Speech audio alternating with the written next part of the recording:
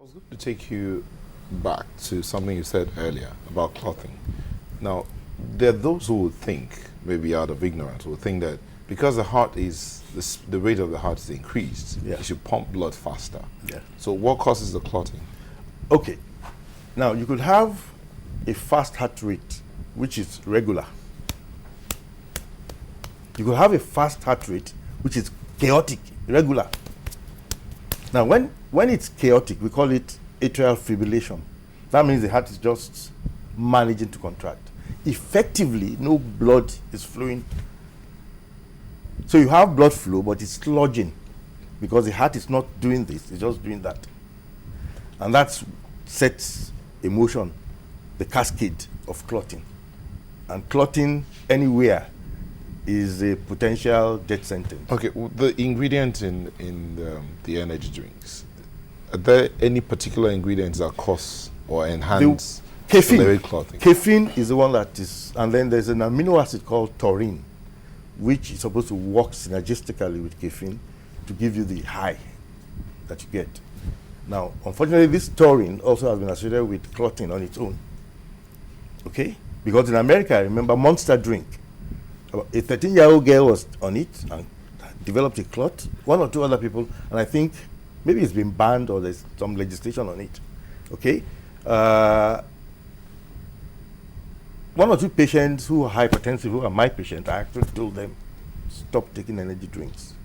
Because they come in, taking their blood pressure, and their blood pressure in 200 over 120, that range. And two of them, after stoppage, blood pressure dropped.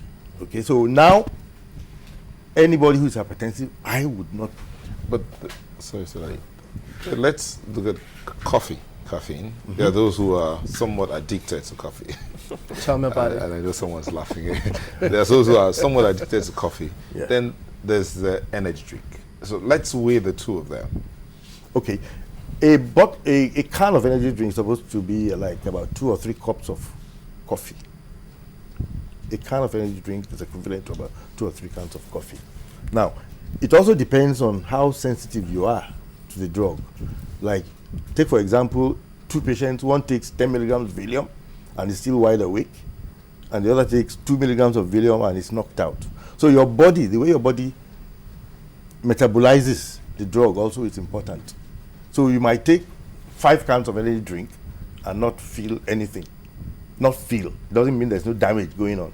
And you might just take half a can and you are energetic, you are jumping everywhere. You can't sleep, you can't eat, you can't concentrate. Okay? Caffeine is a stimulant. Okay? Caffeine, if given intravenously, would cause your blood pressure to rise. Your eyes will be charged, you'll be awake, you'll be wide awake. Whether you can operate efficiently is a different thing. My experience, I couldn't. So it really doesn't even guarantee. It doesn't. It does not guarantee that better mindset for you to concentrate. Exactly. It does not. But it does not. The individual stays awake. Awake. You can't sleep, and it's very frustrating. Like what I've experienced, it's very frustrating. You can't sleep. You keep reading the same line over and over again. So mixing energy drinks and coffee. Now, when you mix energy and coffee, then you are increasing the concentration of caffeine. And so the effects will be worse. Besides the increased heart rate, I'm sorry to bother you. Besides the increase, what other effects are there likely to be?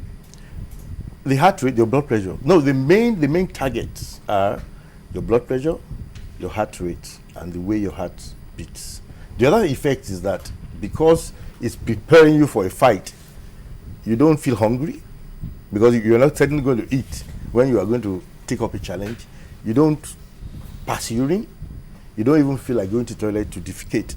So all those things are inhibited, while the ones that prepares you for this vigor is heightened. Yeah, heightened. Does caffeine increase the risk of heart disease? It does.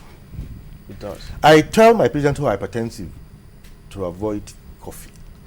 Good thing we now have decaffeinated coffee, which gives you the odor, but it doesn't give you the kick. So just in case you like the just flavor. In case you have the flavor, I tell them, do decaf. Okay? Cigarette will do the same thing because it contains nicotine. And the sad truth is that some of these people smoke as well. So you take energy drinks, you take it with alcohol, you take it with coffee, and then you smoke. And you are having an additional problem. And you see, because people die here, and most times the fight against postmortem, we can't really assess the situation, the extent of the situation.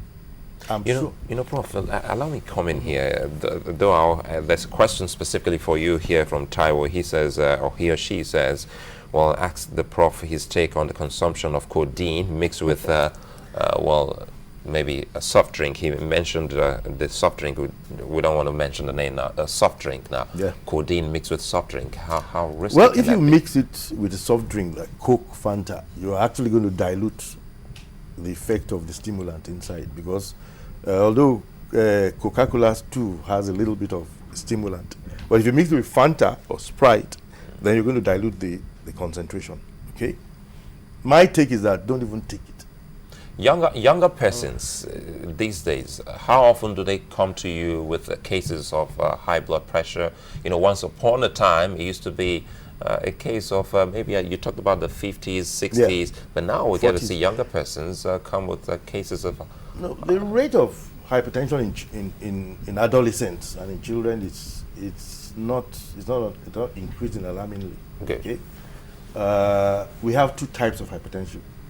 The type 1, which it's inherited, your father has it, your mother has it, you are obese, you are diabetic, you are obese, you don't exercise, okay? And that's genetic, that's something you acquire. The other type is the type 2, which is caused by specific things like kidney disease. So when you see a young person who comes to you with hypertension, he probably has another condition which causes the hypertension. And if you catch it early, and treat that condition, you can actually cure the blood pressure. But as you get to the age of 40, you develop the type 1 hypertension, which is the one you acquire from family and things like that. Young people use these energy drinks because they are not hypertensive. Because they are not hypertensive, it probably won't have a very overbearing effect on their blood pressure. Okay, but on a long-term basis, the possibility of cardiac heart disease is high. It hasn't been proven. I'm just being proactive. Because if you take this energy on a continuous basis, the heart is working twice or 3 times as hard. Eventually, it's going to develop what I think will be a heart muscle disease, where the heart just says, the muscle just gets flabby, and the patient comes in heart failure. And the risk of having blood clot, does it have And the risk of blood clot is higher. Does it have any sign, any symptom that you're just going to have it before it comes? Unfortunately, it's usually a sudden thing. Like if you have a stroke, if you have a clot in the brain, it's a stroke. It's sudden. Bam. Okay? If you have a clot in the coronaries, that's the heart, the vessels that supplies the heart, it's instant heart attack.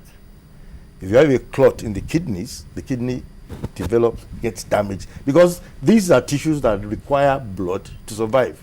And in about 2-3 minutes, if you don't get blood supply to a living tissue, it dies.